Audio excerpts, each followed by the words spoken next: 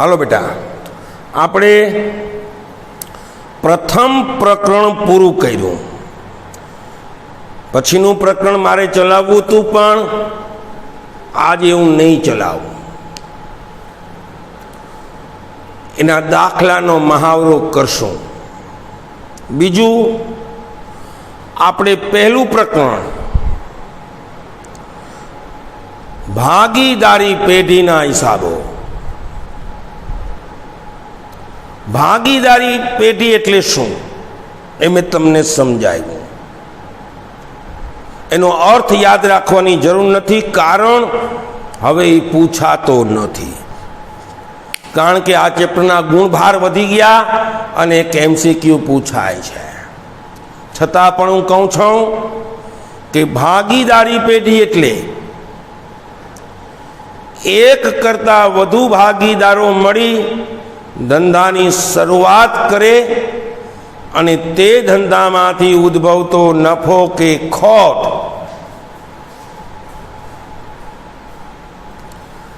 બધા ભાગીદારો નફા નુકસાનના પ્રમાણમાં વહેંચી લે, એટલે ભાગીદારી પેઢી. નફા નુકસાનનું પ્રમાણ. ધોરણ 11 એ એકાંકી પેઢી હતી બેટા, મેં તમને કીધું છે. એક વ્યક્તિ રમેશ માલિક અથવા શ્રીનાથજી સ્ટોર્સ એક માલિક.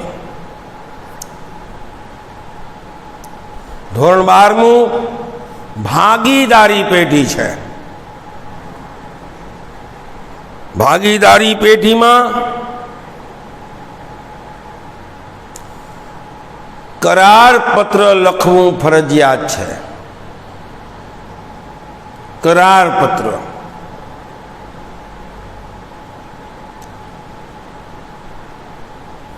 કરાર પત્ર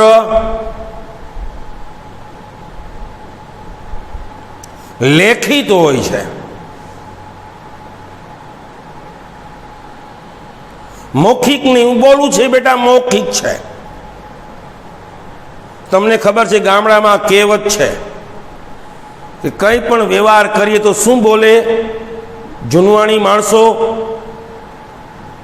લખો ભાઈ, કાગળમાં લખો, લખેલું વંચાય. એમ એકથી વધુ ભાગીદારો હોવાથી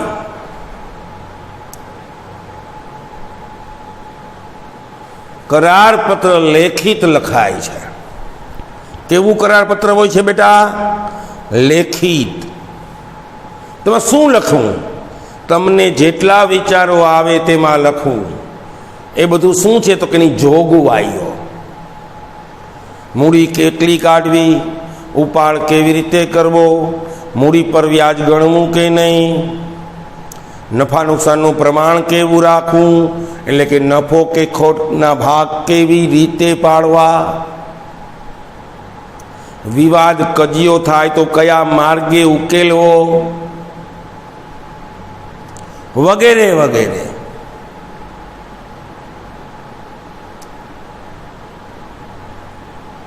તો કરાર પત્ર, હવે હું MCQ 1 મેં આપ્યો. કયો કરાર પત્ર કેવું લખાય છે? લેખિત. ભાગીદારી પેઢીમાં ઓછામાં ઓછા કેટલા ભાગીદાર? 2. વધુમાં વધુ 50. અને સરાફી પેઢીમાં વધુમાં વધુ 10 ભાગીદારો છે. કેટલા MCQ થયા બેટા? 4. 5મો, કરાર પત્રમાં એટલે કે રકમમાં ઉલ્લેખ નથી. 2 ભાગીદારી પેઢીની જોગવાઈ એવી છે બેટા, આપોઆપ લાગુ પડે છે. આપોઆપ. શા માટે?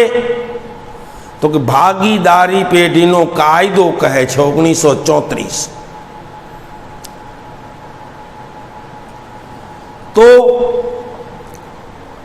કરાર પત્રમાં એટલે કે દાખલાની રકમમાં નફો કે ખોટ કેવી રીતે વેચવા એનો ઉલ્લેખ નથી, એટલે કે નફા નુકસાનનું પ્રમાણ આપેલ નથી.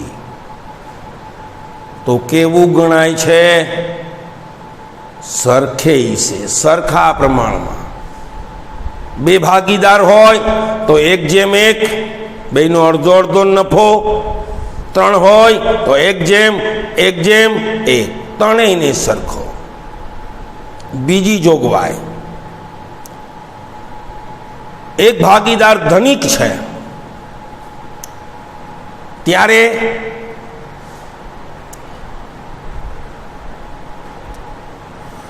પેઢીએ ભાગીદાર પાસેથી લોન લીધી હોય. કેની પાસેથી લોન લીધી હોય? ભાગીદાર પાસેથી લોન લીધી હોય ત્યારે લોન પર કેટલા ટકા વ્યાજ ચૂકવવું એનો ઉલ્લેખ નથી. તો નિયમ એમ કે 6% વ્યાજ ચૂકવવું જોઈએ. કેટલા MCQ થયા બેટા? 5-6.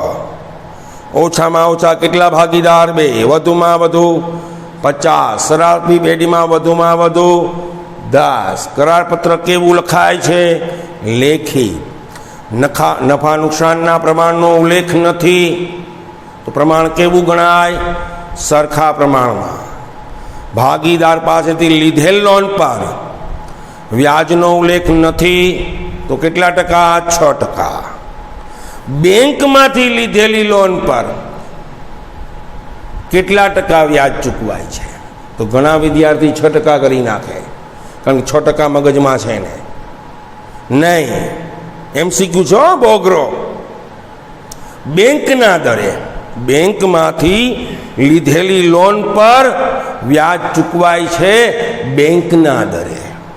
જે બેંક હોય તેનો ટકાનો દર અલગ અલગ હોય છે, સરખો નથી હોતો. આપણે લોન ICICI માંથી લીધી તો એના ટકાનો દર, એટલે મોસ્ટ ટાઈમ દાખલા 2-3 કરું છું, 2 હોમવર્કમાં આપું છું. સુધીર, રામજી અને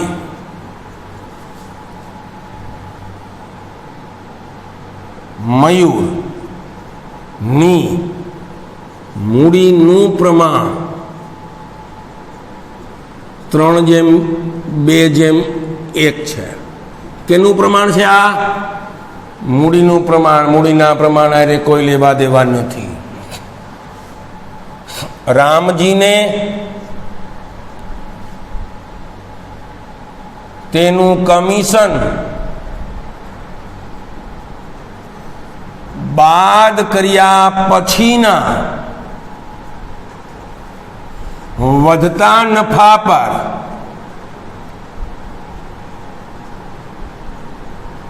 %5 કમિશન આપવાનું છે.